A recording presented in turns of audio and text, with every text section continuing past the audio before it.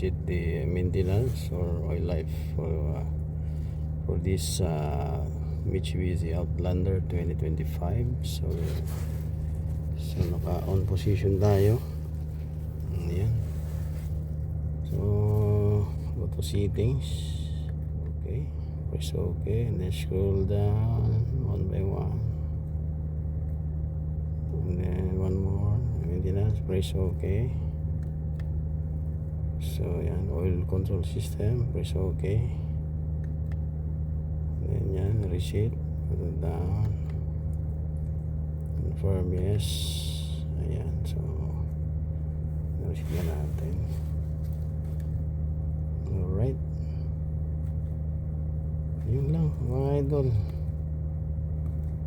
reset na natin siya.